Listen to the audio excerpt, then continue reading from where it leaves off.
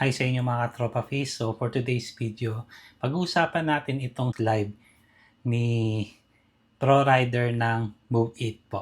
So panoorin po muna natin at regarding ito sa 20 days rule transfer of ownership. So magbibigay na lang ako ng reaction mamaya after nito. Pero masyadong mahaba din yung 17 minutes, so pa-clean ko na lang din ng konti maya-maya. Okay, good evening sa lahat ng mga riders natin yan, lalong-lalo na yung mga nagbibiyay sa gabi. Okay, short live lang to, mag-ingat kayo. Shoutout ko na rin yung mga gustong magpa-shoutout ngayon sa gabi. Shoutout sa mga bumibiyay dyan. Siyempre, mag-ingat talaga kayo dahil gabi. Isa lang ang buhay natin, ha? Huwag niyong sayangin yan. Huwag kayong magpahuli. Okay, dito tayo ngayon sa Tansa, ating munting bahay. Tutulog na sana ako pero naisipan kong mag-live para sa mga riders natin. May 9 pala ito na napirma ng ating Pangulo. Siyempre, nagpapasalamat tayo. Pero meron palang batas doon na medyo pahirap sa atin. Lumiit naman yung ibang mga multa. Kagaya nawala na rin yung plaka sa harap. Sa likod na lang. Siyempre, ang gusto naman talaga nila is kaligtasan. Kaligtasan ng mga tao, ma-prevent yung mga crime. Maganda naman yung batas na yun. Yung dating 1112 RA 11235 yan eh. Tapos naging part yung 12209 Republic Act. Ayun, meron silang 20 days rules, transfer of ownership para sa second-hand cars at motorcycle. Actually, hindi naman siya 20 talaga. Nakaagibat doon kasama hanggang 30 days. Kaso ang problema kasi dyan, alam niyo yung problema dyan, yung pag-process. Kasi napakatagal. Hindi totoo yan. Napakadaming kailangan papeles. Okay, ipopost ko muna yung sinabing napakatagal at napakaraming papeles. So, ito lang guys, kung kumpleto na kayo sa papeles, okay? Nag-process ako last year. November. So, nandun din sa vlog ko. Naka-upload na yon. Madali lang naman eh. 3 lang naman dadaanan mo. Una, kung may notary ka na, pwede ka nang dumiretso sa HPG. Huwag po kayong pupunta sa PNP sa mga police station. HPG po kasi sila po ang nagbibigay ng clearance para makapunta ka na sa LTO. Hindi nyo na kailangan magpa-emission testing. Hindi na po. Stencil lang. HPG na ang gagawa po nun. Okay? Kailangan mo lang talaga is kompleto yung requirements like yung seller na ORCR, original dapat yun ha. Tapos deed of sale, notary, driver's license na Xerox na may 3 pirma. Yun lang naman ang kailangan nun. Nakuha nyo na yun, notary na o HPG. Hinihingi nila yun. Hingi lang naman ng kopya ng Xerox si HPG. So, i-advance nyo na yun. Yung photocopy ng mga ORCR, yan. Kapag nakitang walang sabit yung motor, yun yung okay kasi safe kayo. Kailangan talagang daanan ninyo para malinis ang motor or kotse ninyo kapag lalabas kayo, di ba? Minsan may checkpoint, syempre check nila yan. Paano kung may listahan sila na naka-red alert yung motor nyo? Kawawa kayo. Hindi nyo alam pala na yung binenta sa inyo, di ba? Galing sa nakaw, naka-alert na sa HPG. So, kayo yung kawawa. Kapag hinanap niyo yung seller, paano kayo? 'Di ba? Pag natapos naman sa HPG, pag LTO na, hihingin lahat ng original yun. Madali na yun lahat, guys. Hindi yan naaabuti ng 20 days. Araw lang yan. Wala pa yung 1 linggo. Kaya lang, ngayon talaga, panic na talaga ngayon. Etong pinakatanong sa inyo, guys. Simula nang sinuspinde, yung 20,000 sa buyer, 20,000 sa seller na penalty. Bakit hindi nyo pa ginawa nun? Nasuspend yun, di ba? Ako ginagawa ko kagad para wala na akong problema, para wala nang sabit. Alam ko, may sinabi pang post dito si ProRider na transfer of ownership posible.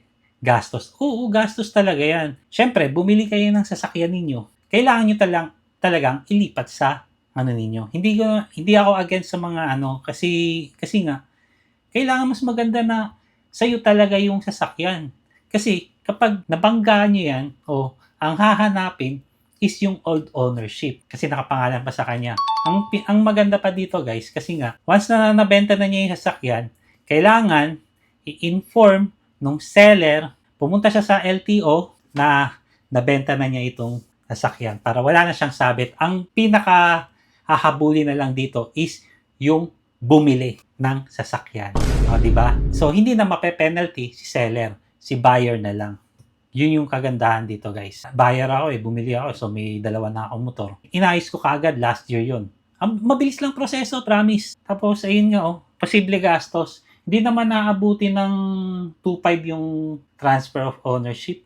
Ang sinasabi niya siguro dito kasama na yung gas, kasama yung pagkain. Kaya siguro na total estimate niya na 2.5. Pero hindi abutin niya ng 2.5. Nagsasabi. Notary pa lang 200 to 500. Emission test, tanggalin nyo yan guys. Walang emission test pag transfer of ownership. Kasi kung hindi pa paso yung rehistro ng motor ninyo or sasakyan ninyo, lampasan nyo na muna yung emission test. Hindi yan kailangan.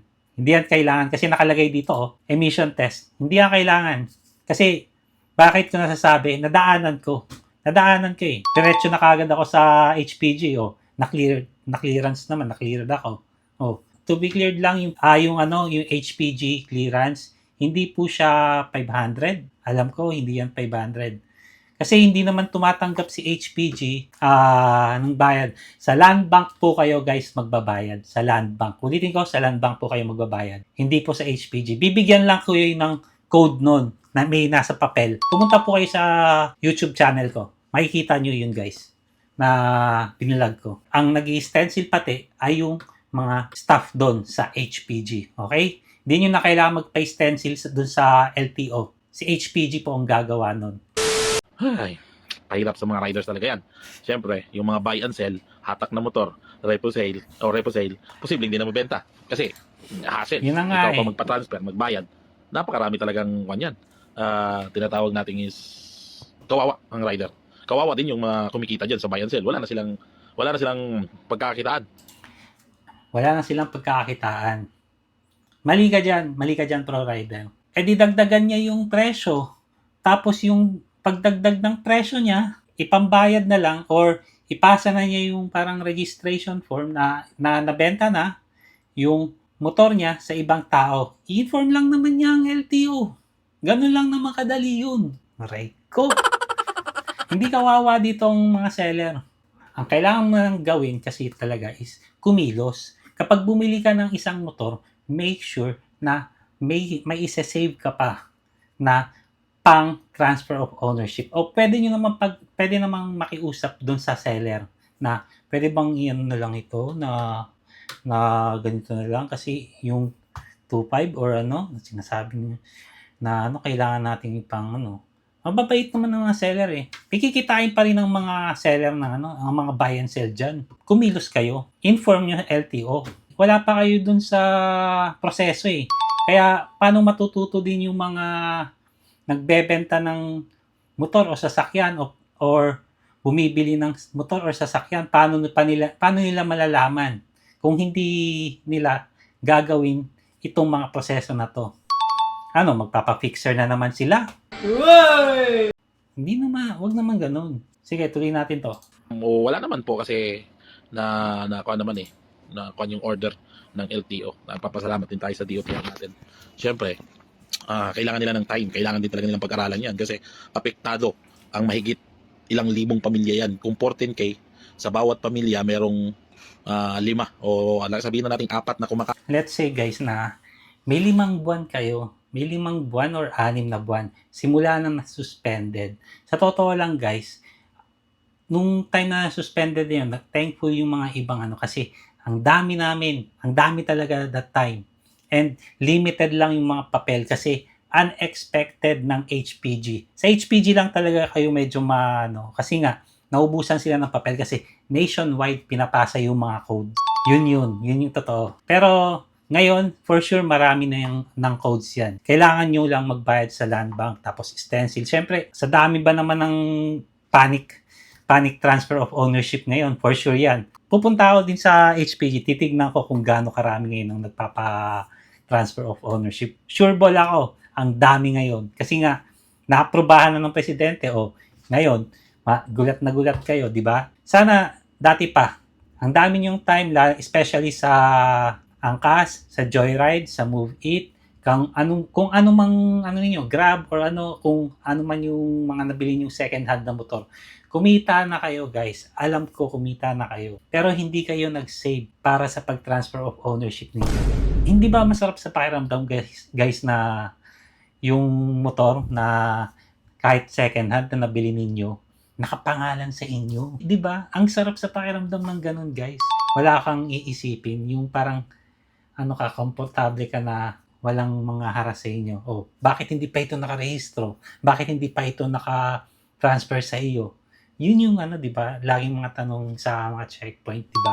Yun lang naman. So, tuloy natin. Kain. Tatanggalan nila ng trabaho yon. Paano na ang kakainin nun? Ilang kwan yun? I-times mo lang sa 14K, times 4. Okay. Marami na yun. Maraming pahirap yun. Maraming hindi kakain ha. Tapos yung sinasabi nilang nakadual daw yun. Hindi yun yung point eh. Yung point kasi ayaw na sa inyo dahil mahirap at hindi maganda yung ginagawa niyo para sa rider. Kaya lumipat yan sa magandang application, sa magandang treatment, kagaya ng mga libre lahat. Kaya mag-isip kayo, kung yung competition is gusto nyo gandahan nyo na para mabumalik sa inyo ang rider. Hindi nyo na kailangan pang pilitin yan, babalik at babalik yan. Paano? Sir, yung nabili ko last year before per month ni Presidente. Yun yung pinakakuha natin, ang anong year, model ba ang sakop ng batas na yan? Kung batas is pangkalahatan, ay simulat sa pool ng mga motor yan. Okay. Is pangkalahatan. Guys, sure ako. Pangkalahatan yan. Pangkalahatan. Madali lang naman eh. Kung sakaling patay na yung dating may-ari, pwede naman matransfer siguro sa iyo yan. Pwede naman magtanong sa LTO. May mga ano naman dyan, website na pwedeng mapagtanong, may mga hotline yan. Imposibleng wala. Pwede naman kayong tumawag din kung saan may malapit kayo. Kung may mga malapit kayo, pwede kayong ano.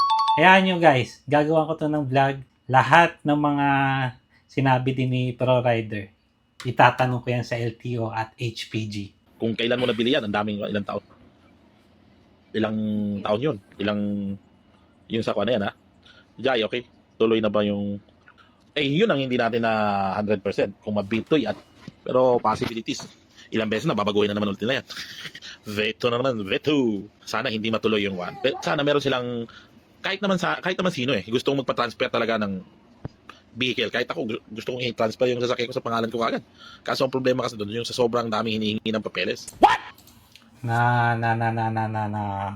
ProRider. No, parang Genie. Kaya naman pala eh. Second hand pala yung motor mo, Dre. Ang tagal mo nang binabiyahe. May sahod ka. May Insta360 ka. Pero yung pang-rehistro, pang-transfer of ownership, hindi mo magawa, Dre. Ano ba yan? Dapat tinayos mo na, Dre. Kaya pa medyo nagrarant ka pa, Dre. Hindi ako sa iyo galit, Dre. Pero nakikita ko yung mga vlogs mo, namamasyal ka, nag-iikot ka, rumoronda ka. Bakit hindi mo bigyan ng time na iayos yung papeles ng motor mo? Ang kailangan mo lang naman, notary. Notary, clearance ng HPG, tsaka final, LTO. Insurance, yun lang babayaran mo. Mura lang yun. Andun yung papeles ko eh. Kaya tinatamad akong kalkalin na ORCR code. Nakalaminate. Sinasabit ko lang sa bag ko. Para kapag ginaganyan ko na lang sa para hindi nahihirapan yung checkpoint na ma-check yung motor ko. Ganun lang naman. Napakadali lang naman. Gawin mo yan. Kaya naman tali. Okay, yun yung pahirap dun eh. Saan tayo ikot bukas mga katropa? Okay, bahala kayo kung saan kayo ikot. Boss Jim, shoutout naman, okay? Merong magpapa-shoutout ng grupo RGP Tigers. Shoutout sa inyo dyan, mag-ingat kayo. From Lucas Narvaez. Okay? Sabi nga nila, tayo mga riders ang naghihirap sa kalsada. Tayo lahat ng gumagawa ng paraan para sa sarili natin. Driver yan, kung sino man yan, rider, lahat naman yan. Pero sana wag naman tayo pahirapan sa ganyang proseso. Napakasakit naman ganyan.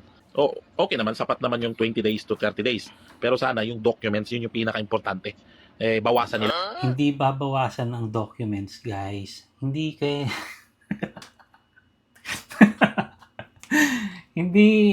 hindi kailangan bawasan yung documents. Ang pinakakailangan mo lang talaga, Dre, ayun nga, ORCR na original,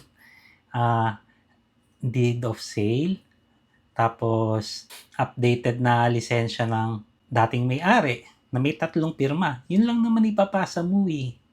Yun lang naman. Tapos notary, HPG, tapos LTO. Madali lang yan, hindi pa yan naabot ng 20 days, promise. Hindi pa yan naabot ng 20 days. Pero sa ngayon, dahil panic transfer of ownership ngayon, possible yon. Possible yon. Pero siguro naman bibigyan ng pagkakataon ng LTO na iayos nila kasi alam nilang tambak tambak ngayon sila. Tatapusin ko na muna to. Hindi ko na... Ang dali lang talaga guys. Yun lang masasabi ko guys. Madali lang mag-process ng papeles. Ayusin nyo lang yan. Kumpletuhin nyo lang. Ako, natapos ko yung sa akin, na transfer of ownership ko yung sa akin. Huwag kayong mawalan ng pag-asa guys. Kung may 2.5 kayo, itabi nyo, i-process ninyo ng maayos. Napakadali lang guys. Si Grab, Move It, si Angkas, si Joyride, kumikita sila. Sila na nagsabi. O, possible na may isa-save na yan. Especially si Angkas, may nakita akong post niya. Kumita daw ng 50 mil.